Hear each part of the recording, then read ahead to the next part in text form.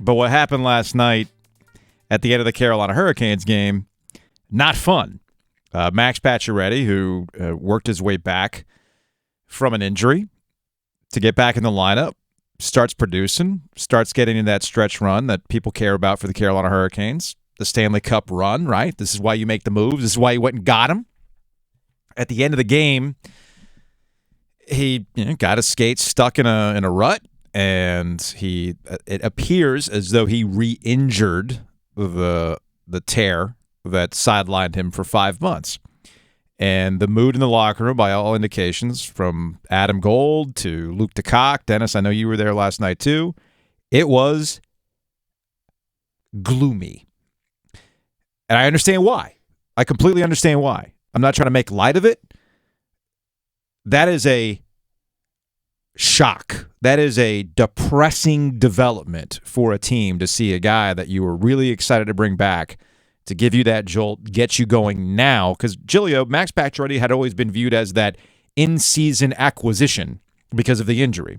Somebody that was supposed to be a dude who could get you goals in the postseason. And so far, with limited sample size, he'd been able to do it. So there was optimism there. So I can understand why the vibe out of the locker room last night was not great. And here's Rod Brindamore, the head coach, describing that mood after the game. Well, nothing tonight. Tonight is you need to feel this way, and then tomorrow we have to regroup. And like I said, it's okay. Now we have a new day and we got to refocus. But right now, this is how you should feel. So that's Rod Brindamore, head coach of the Carolina Hurricanes, this is how you should feel, because last night was pretty bad for the Carolina Hurricanes. The good news for the Canes, mostly without Max Pacioretty, they have 64 points. They're the second best team in the standings in the Eastern Conference. That's a good thing, right? The bad news for the Canes, this was the point in the year where Pacioretty was supposed to arrive and push them to even bigger and better heights, because he wasn't acquired for the regular season. He was acquired to be a difference maker in the playoffs.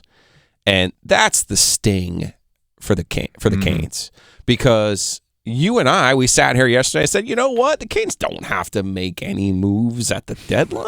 No, we got Jim Rutherford's dangling Bo Horvat over there. That's fine. The Canes don't need that. Yeah. Because the Canes have been shrewd in their roster moves. But the question that Tom Dundon needs to ask himself now is, are they good enough to win the Stanley Cup? As they are. Yeah. That's the question you have to ask. And the answer to that is no. And then you have to ask the next question: who can we acquire to put us in a position to win the cup? Mm-hmm. And if there's a deal that you can make, and even if it's at the expense of an asset, then I think you have to make that deal. So earlier this otherwise, what are we playing for? Well, see, are you playing to be good in the regular season? Are you playing to make money? Are you playing to sell tickets? Because they're doing all of those things. They have success in the regular season, which they went, long stretches without doing that. They're consistently in the playoffs. They have a consistent winner. Mm-hmm. I'm sure Tom Dundon's bottom line is a lot better. But you and I, in our limited interactions with Tom Dundon, know he wants to win. He does want to win. So put a pin in that, because I think that's a very important part of this conversation. And we'll see what Tom Dundon really is about as the owner of the Carolina Hurricanes, depending on what happens with Max Pacioretty over the next couple of weeks. Here's the news of the day, to reiterate. He got hurt last night with 19 seconds left on the clock in a 5-2 win over the Wild last night. The team placed Pacioretty on injured reserve with a lower body injury, but we all watched it. We've all seen the highlights. We know exactly what's going on here, and there's a fear that he basically has the same injury that sidelined him and required surgery for a torn Achilles tendon. So he's put on injured reserve. That's going to be a minimum of 7 days. That opens up a roster spot. It's not the long-term IR, which completely frees things up. He shuts down. Yeah. It frees up the $7 million or whatever it is, so then you can go acquire a guy before, the March 3rd trade deadline. So Corey Lavalette, who I admire, great Canes reporter, North State Journal and The Athletic, had tweeted out some reminders for Canes fans who are in overdrive thinking of trade scenarios Like, is Jim Rutherford a sleeper GM agent with the Vancouver Canucks right now where he'll strike a hometown deal for his old franchise, right? So Lavalette points this out, that this is a good time to remind everyone that the Hurricanes, under this ownership and management, haven't been interested in high-cost rentals. This is true.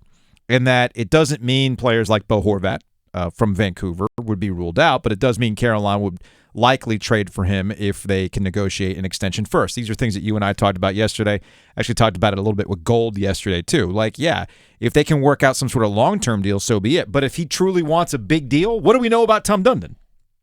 He ain't playing that game because Dundon also has a type, all right? He doesn't want to overpay for players who are going to be older sooner than later. You know what I'm saying? It's all about that young core. It's about getting them on that first deal and then maxing out what they can do on the ice and then let somebody else overpay for those guys down the line. There's a chip here you're probably not considering, but all you'd have to do is look out your window. And that is? Your neighbor. There is. There's a chip there. There is one there. There's also Seth Jarvis too. I mean, there are some other, but Aho would be the biggest chip. I get that. But here's the thing. I know what you're saying. What I'm saying to you is, here's a question for you. Kokanyemi is another possibility too. Here's a question for you. Do you think when Sebastian Aho's contract comes up after the 23-24 season, okay, it's here sooner than you think. I know it is. Do you think he's going to be inclined to stay here and take some sort of hometown discount and play here? No. I will see a for sale sign. Okay. He'll probably sell it to another Canes I was going to say he could probably just sell it to Jesperi. It's probably what happens, yes. But, so here's what I'm positing to you. Mm-hmm. Is there a move to be made there that would improve the team? That wouldn't fracture the team as well. But because you think about what a big part Aho is of the team. But you're actually helping me make my point about what the Carolina Hurricanes need to do. And as Corey pointed out, and you pointed this out as well, Hurricanes are 26-7-7 without Pacioretty this season. The sky isn't falling. I get his overall point. But it ain't about the regular season. You and I both agree on that. You just brought up Sebastian Aho, which actually helps crystallize what I'm getting at with the Carolina Hurricanes. So you're not ones to do high-cost rentals.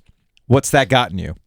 It's gotten you great regular seasons and early postseason exits. And the reason why you've had early postseason exits is because you don't have the dudes. The guys you thought were going to be dudes haven't necessarily been those dudes consistently enough. So you went and got yourself one, or at least the hope was that Max Pacioretty was going to be that guy. But, hey, man, life sucks sometimes. And you get hit with some bad luck. And here you are with the potential of a guy having to be shut down with a long-term injured reserve. Now you have the opportunity to go get you one. I hate bringing up 2006 all the time, but the reason why they ended up winning the Stanley Cup is because they understood their window. You got to understand your window, and you got to go for it when you have the opportunity to do so. So I hope that with all the offseason moves that, for the most part, have paid off for the Carolina Hurricanes, that they understand this window is not going to be there for as long as you have it. Because you just brought up Sebastian Aho, who's not going to be here for the long haul. I'm in agreement with you on that one. So go get the dude. Go get the high-cost rental. So, like, what's my 2023 motto, Joe? Is the juice worth the squeeze? Is winning the Stanley Cup worth the squeeze? I think so. I don't think I'm talking crazy to say, hey, man, go get that guy who you really think could be a difference maker in the postseason. And if he says goodbye after it, you know what stays here? Your name on the cup. So I don't see that this is a really difficult equation to understand. So the Canes have been really good in the regular season. That's been established. Now it's time for the next step. And that's now the time to take advantage of the window that you're in. Go get the dude. If I'm talking like a fan, so be it. But man, we've seen the window before with the Carolina Hurricanes. And they did what they needed to do, and the rest is history. Do it again. I know that's easier said than done, but you won't find yourself in that position to win another Stanley Cup unless you take some risks, including doing something that you don't normally do as an organization.